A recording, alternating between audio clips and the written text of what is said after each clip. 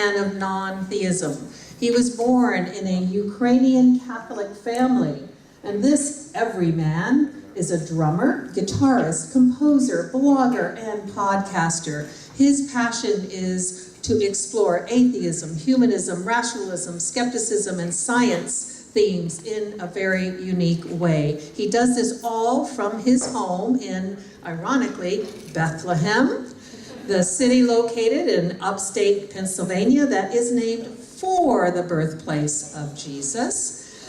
George comes to us just off of a recent Music Fest week in Bethlehem. There, George performed several shows with his band, the Philadelphia Funk Authority.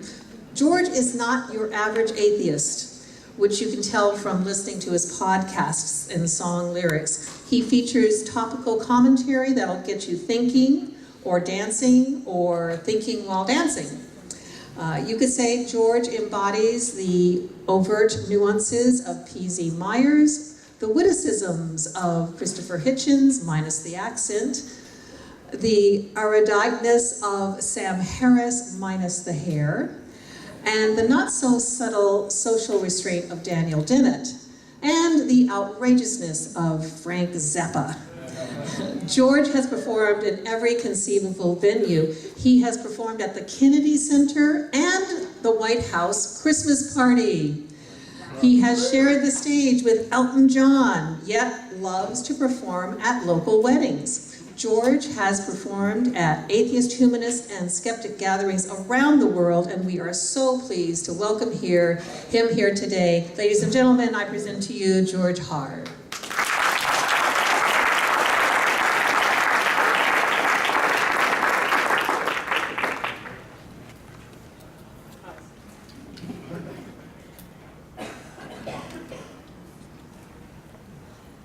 Yes. 1, 2, 1, 2, 1, 2, 1, 2, 1, 2. Yes. No. No. That's all right. Go to Sagan. Patrick, give it up for Patrick, ladies and gentlemen.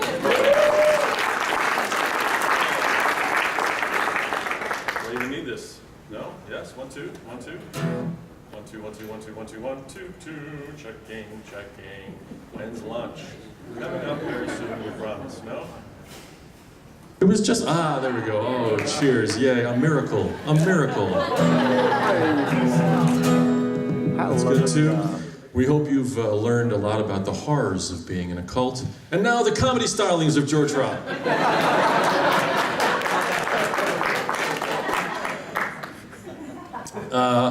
I do CrossFit, which is kind of like a cult.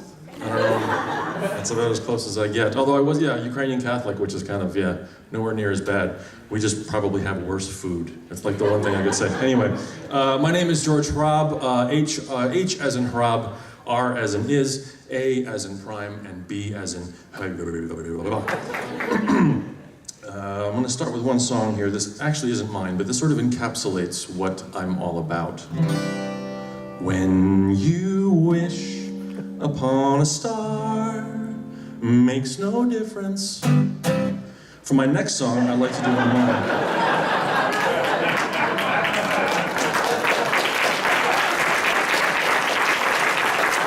This next one's one of mine. This is where I'm sure many of you can relate to this. This is where people think that you're stuck up or aloof, and actually you're just terrified to be in public. This is called The Assumption.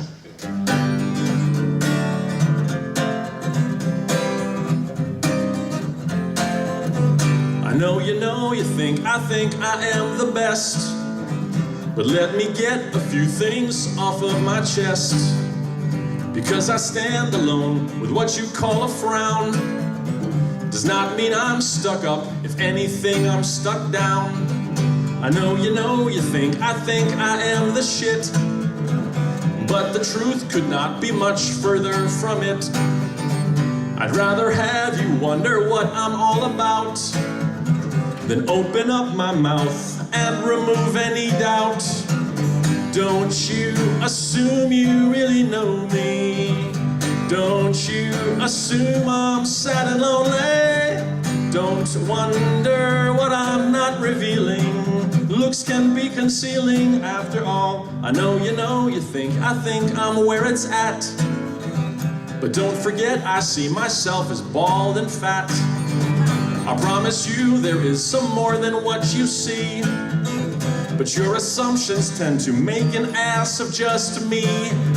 Don't you assume you really know me. Don't you assume I'm sad and lonely. Don't look for answers on the ceiling. Looks can be concealing after all. Of the people who would rather be by themselves aren't inherently unhappy.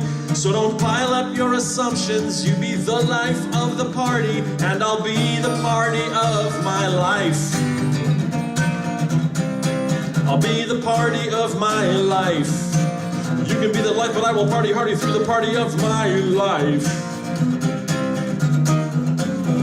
I know, you think, I think my stank don't stink.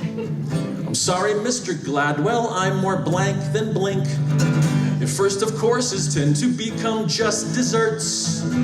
I hope you'll stick around for seconds and maybe thirds. For seconds and maybe thirds. For seconds and maybe thirds. Don't you assume you really know me.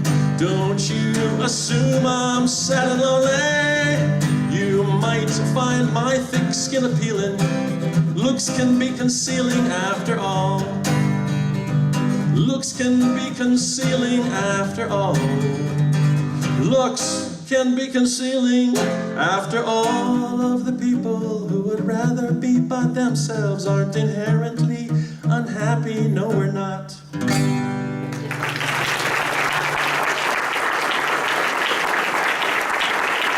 Cheers, thank you very much. It was mentioned that I'm from Bethlehem. I have to tell this very quick story. Bethlehem is known, I told this story last year, but I'll tell it again very quickly. Bethlehem is known for a number of things, one of which amongst people that are of our ilk is that at Lehigh University in Bethlehem, Pennsylvania, there is one particular professor who's named Michael Behe. Yes, that's right, you all are nodding, and that's sign language for asshole. Yeah. Yeah, so if you're not aware, he is a intelligent design proponent who has tenure at Lehigh. So for years, I've expected to bump into Mr. Behe somewhere, because Bethlehem's not that big, and I keep waiting to bump into him. Well, years go by. One day, I get cut off by a car that has a Jesus Saves and a Coexist bumper sticker on the back. Cuts me just like right off. So I have to see who's driving this vehicle. So I pull up next to them, and there was the driver, and in the passenger seat is Michael Behe. Beam, whatever the fuck his name. He's right there. He's like right there, and I'm thinking, what do you do? What do you do? Like, here's an opportunity. I'm in my car. He's in his car, the passenger. He's on my side of the thing. He's like, right. Should I run him off the road? Probably not cool, I know Phil played, he wouldn't approve, that's like a bad move there. So I'm thinking, what can I do? And his window's rolled down, and my window's rolled down, and he's right there, and I don't know what to do, and we're getting to the end of the bridge, and he's gonna go that way, and I'm gonna go this way, and never get this chance again, and I just look at him, and I go, boom! Boom! It felt so good.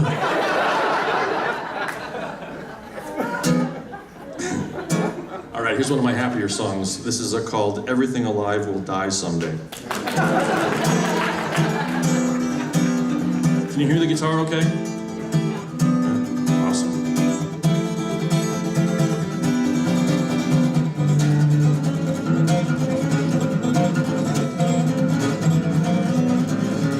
Just remember, everything alive will die someday, and that's okay.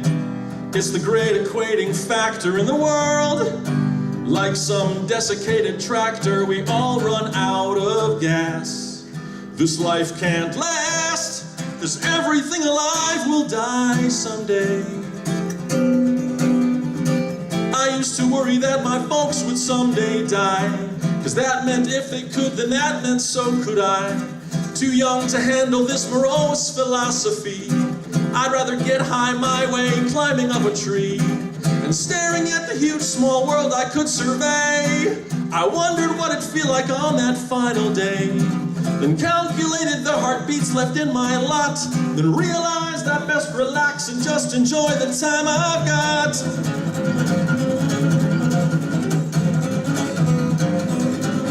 And I'd remember that everything alive will die someday. That's okay. From the single cellular to grandiose, seems we're all destined to be toast. Every leaf, bush, shrub, and tree will cease to be, 'cause everything alive will die someday. Every empire crumbles, every mammoth stumbles to the ground. Ally and enemy both kick the bucket equally. And in this truth there lies a fact.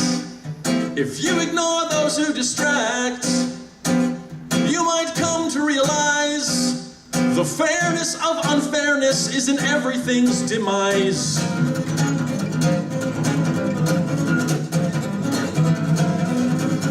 You should remember that everything alive will die someday, and that's okay.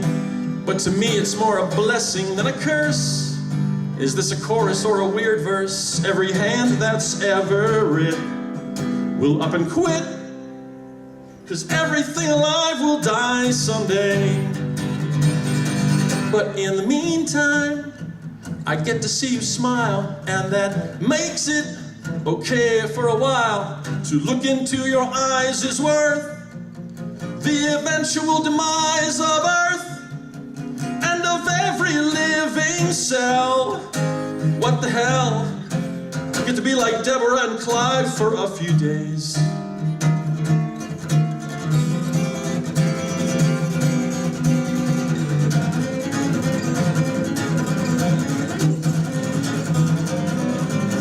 Let's all remember that everything alive will die someday, and that's hard to say.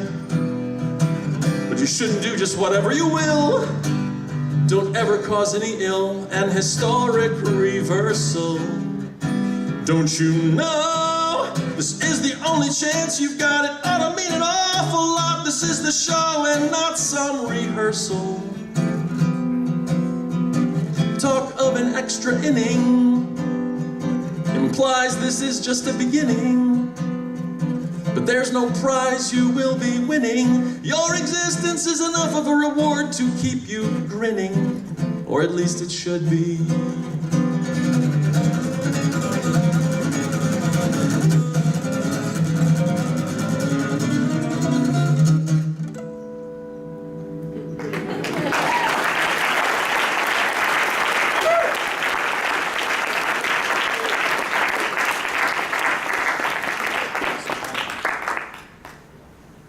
I know we are pressed for time, so I'm going to zip through these.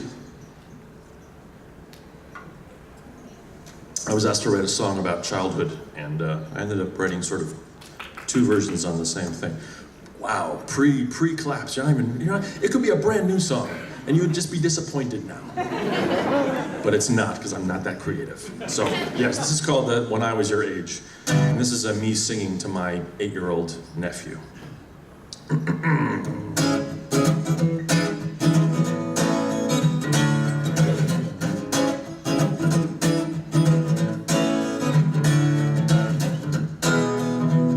When I was your age, the phone was tied to the wall with a kinky, twisty 3.5-foot cord. It's hard to believe, but it had a ring that could not be turned off or ignored. You couldn't choose the sound of the ring, it was just the sound we called the phone. We never heard of a ringtone. When I was your age, our video games looked nothing like the illustrations on the box. All of the graphics consisted of nothing more than simple lines and dots. Missiles were just a few pixels, and the jungle swinging guy, he was a stick figure. Yeah, nothing bigger. When I was your age, when I was your age.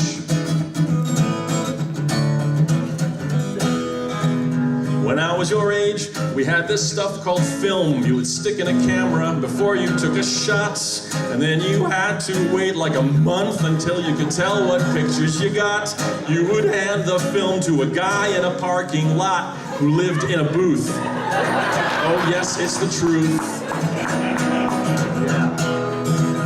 When I was your age, you had to wait till the movie was either in the theater or on TV. If you wanted adventure, you couldn't rent adventure, you just had to wait and see. And once you were watching, you couldn't stop or pause or even try to rewind. But hey, we didn't mind. When I was your age, when I was your age, you see me as a grown-up,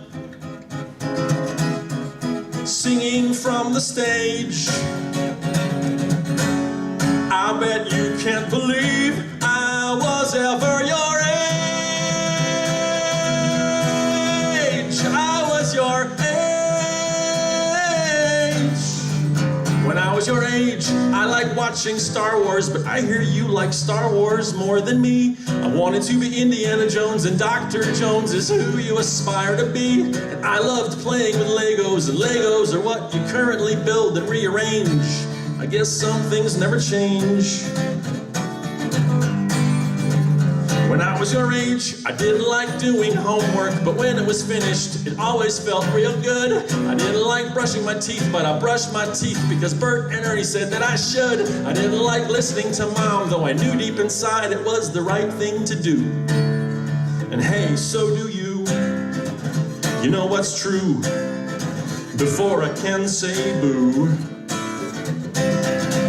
You'll be my age too.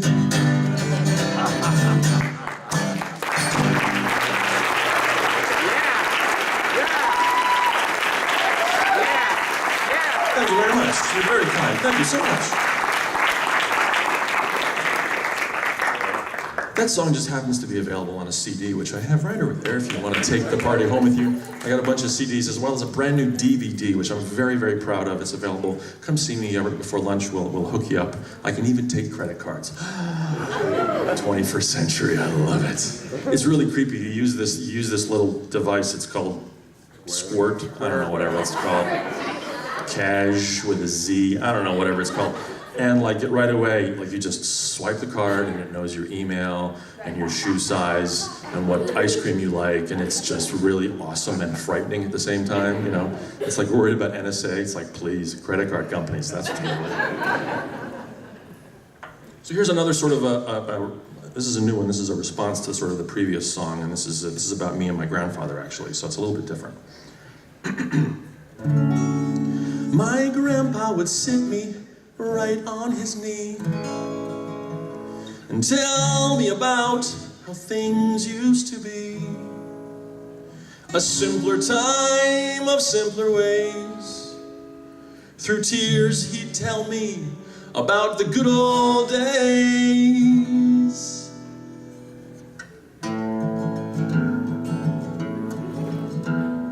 The good old days, yeah, the good old days were a special time of such note. Before all these computers and cellular phones, before any women could vote. The good old days, yeah, the good old days, when a child could work in a mine. Their hands were the right size for gathering coal, and you barely had to pay for their time. The good old days, yeah, the good old days, when doctor essentially meant pain. They could kill you with unwashed and infected hands. Good thing soft drinks were filled with cocaine. The good old days, yeah, the good old days, a spittoon in every bar by your feet. And while spitting indoors was a luxury, only horses could shit in the streets. saying please and thank you through World Wars I and II. A great time to be around, unless of course you had skin that was brown. The good old days, yeah, the good old days. Its legacy just never ends, unlike some of the kids in your neighborhood after polio killed all your friends. The good old days, yeah, the good old days, when a gentleman always wore a tie. And if you heard about someone being online, that meant guys in white hoods were nearby. Family meals Sunday nights, while many had no civil rights. Leading such devout lives, while husbands could legally rape their wives. No shit. The good old days, yeah, the good old days, is a phrase that we should be done with. Now I know why Grandpa would tear up when he spoke. He knew the good old days are a myth.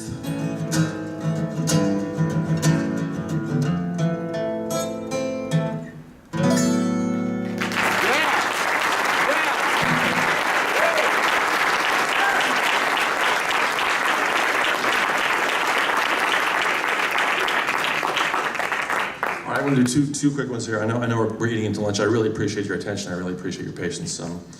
I did want to do this one because this is important to why we're all sort of here. It's more of a serious thing. We as critical thinkers, as I'm sure there's a number of atheists, and if you're not an atheist, that's totally cool, even if you're here at an atheist/humanist convention. But as atheists, I would assume that the majority of us in this room do not believe in an afterlife, do not believe in some kind of heaven or some kind of continuation of any physical presence after death, which is sort of easy to have in the back of your mind and not really think about until you sort of need to. And then it's one of the times that it gets very challenging for us as non-believers, I would say, especially when you lose a loved one. When someone special dies, it's very tempting to imagine or hope or wish for some kind of afterlife. I had to deal with this. I've been very fortunate that I've been a very sheltered and very sort of protected life, and I haven't had to deal with too much loss. I did, however, have a boxer dog, Oscar, who was the coolest dog ever. He was my first pet. And I had him for 8 years, and he had got cancer, and he passed away. We had to put him down. And it was horrible. It was horrible. And yet there was a little part of me that was glad I could be that affected by something. I could be that affected emotionally by this creature. This was like the first time in my life that I was pleased to catch myself just watching him sleep. It was fascinating. Just watching him sleep was so cool. And I thought, okay, the crusty kind of, eyebrow-raised musician, skeptic guy, there's a little bit of a heart in there somewhere because I just want to watch my dog sleep because it's adorable. Chasing bunnies, dreaming. It's the best thing, okay? If you have a dog, you know what I'm talking about. If you don't have a dog, well, fuck you. But so of course, Oscar, we had to put him down, and it was horrible. It was this horrible thing, and I was tempted. I was tempted to picture doggy heaven. I was tempted because you want to think, like, he's okay. He's okay. He's running around chasing the provided squirrels that are given to you in doggy heaven that run really frickin' slow. And, I wanted that, and I thought, damn it, no, I can't. I can't comfort myself. I can't solace myself with this because this is an important thing. If I'm self-labeled as a critical thinker, atheist, non-believer in the afterlife, I'm not going to use it as a salve occasionally just to sort of, make me feel better in the moment, because ultimately it raises all kinds of questions. Like, okay, let's say there is a puppy heaven and the dog is up there and he's waiting. Like, is he waiting for me? Is he wondering where I am? Is there some simulacrum of me playing with him? Like, I don't want that. Or is the dog like, what the hell? I've been waiting here like 50 years. Like, what's going on? It didn't make any sense. And the only solace I sort of managed to find, and it was not a lot, but it was a little bit, and in those moments, any little bit of solace you can grab onto, you latch onto, like a life preserver, And the only bit of solace that I grabbed onto was the idea that in those final moments of his existence, in the final moments of Oscar's existence, as he was closing his eyes, he didn't have to worry about anything. He was done. Like, it was my job now to miss him. It was my job to think, oh man, he would have loved this, or I wish he was here now. He wouldn't have to miss me. I would take on the burden of missing him, and all those that loved him would take on the burden of missing him. And that provided just a moment of comfort as he was closing his eyes, and he didn't know what was going on, obviously, but maybe he thought in whatever sort of canine brain function that I'm really tired, I'm gonna close my eyes. 10 years down the road, it still affects me. I'm gonna open my eyes in a little bit and we'll go for a walk. That's his forever. Like, that's his forever right there. And that I latched onto and I held onto and thought, okay, let him exist there in that final moment, and I'll be miserable. Fine, I'll take it. So I ended up writing this song, and the song is called Small Comfort.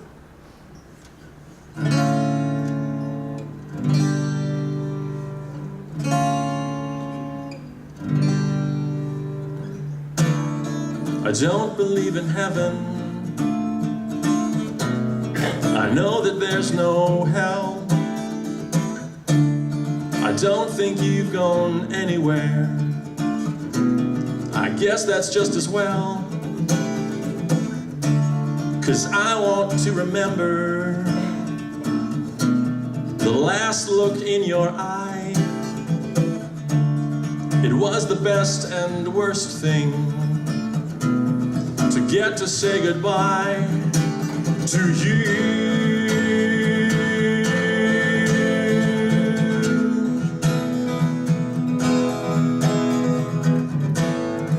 They say we're not supposed to comprehend, but I want to know more. Being there with you at the end was a pain I'd hoped for.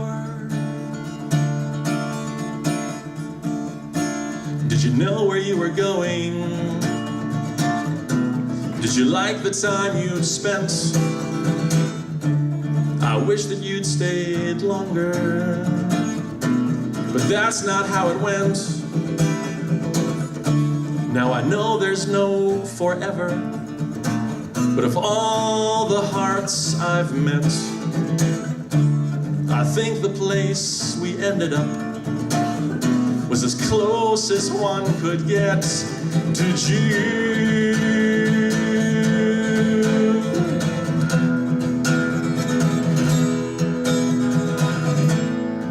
They say we're not supposed to understand, but that doesn't help me. Watching you leave by my own hand were the cards that were dealt me. Some would blame the dealer, some would blame the deal, some would make up stories that never could be real. I know when you left you were glad to be back home. I think that you knew you would never be alone. I've no need for heaven or some eternal bluff. I prefer what's real, and what we had here was enough.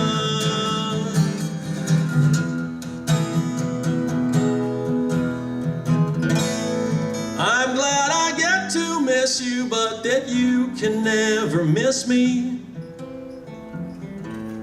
Thinking you'll wake up and see us is your eternity. It's a small comfort. I miss you. I miss you. I love. Thank you.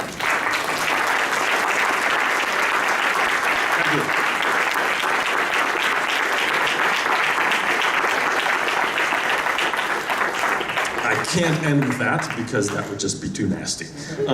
So we deal with loss, but then we deal with finding. And just like sometimes you get misinterpreted as being antisocial when you're just nervous, sometimes those nervous people actually find someone and fall in love. And that's and it changes their life. And that's what this song is about. So I just want to end with this one. This is also off my last album called Trebuchet, which is available right over there. I mean, it's right over there. It really helps make everything, someone's got to pay for the suits. So this is called Never Knew.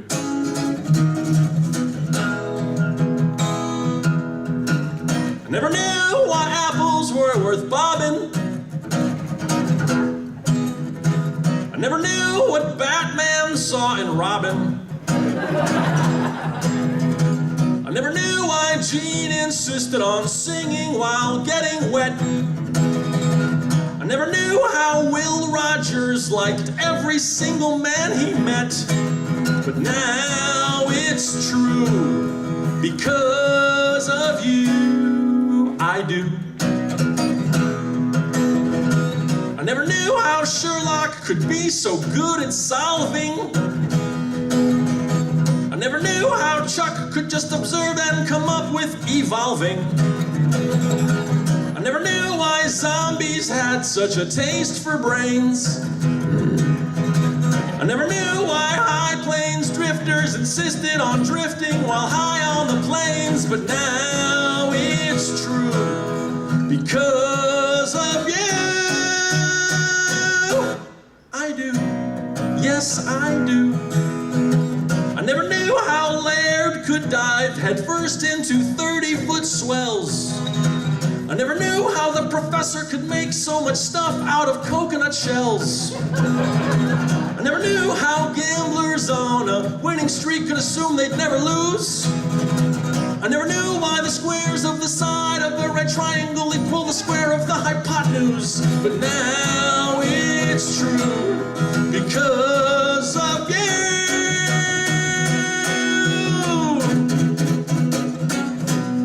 Despite my situation of unending frustration, it seems my education is affected by your location. It's true,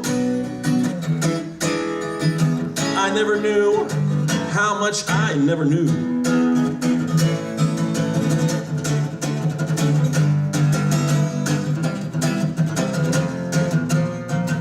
I never knew what rhymed with orange.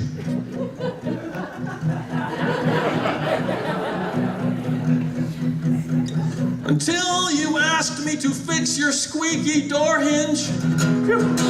So now it's true, because of you. I never knew what I didn't know, because I didn't know if I'd ever get to know what I never knew till you. I never knew what I didn't know, because I didn't know if I'd ever get to know what I never knew. It's true. I never knew what I didn't know, because I didn't know if I'd ever get to know what I never knew till you. I never knew what I didn't know, because I didn't know if I'd ever get to know what I never knew. My name is George Hrab. Thank you so much for coming to the Atheist Humanist Conference. We'll see you real soon.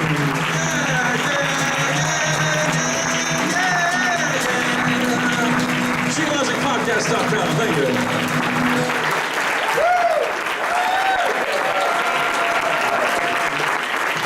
Excellent show. Okay, I just have a brief comment for lunch. Lunch is a buffet-style service. It's going to be served out in the atrium. If you are a VIP ticket holder, please get your food and go to the VIP room across this little alleyway into the colony room, and you are arranged with your meal to have a speaker private meal as a VIP. Then also all others, you have table settings out in the atrium as well as in the back of the room. So enjoy your lunch. Please be back by 2:00 p.m. so we can start on time. Thank you very much.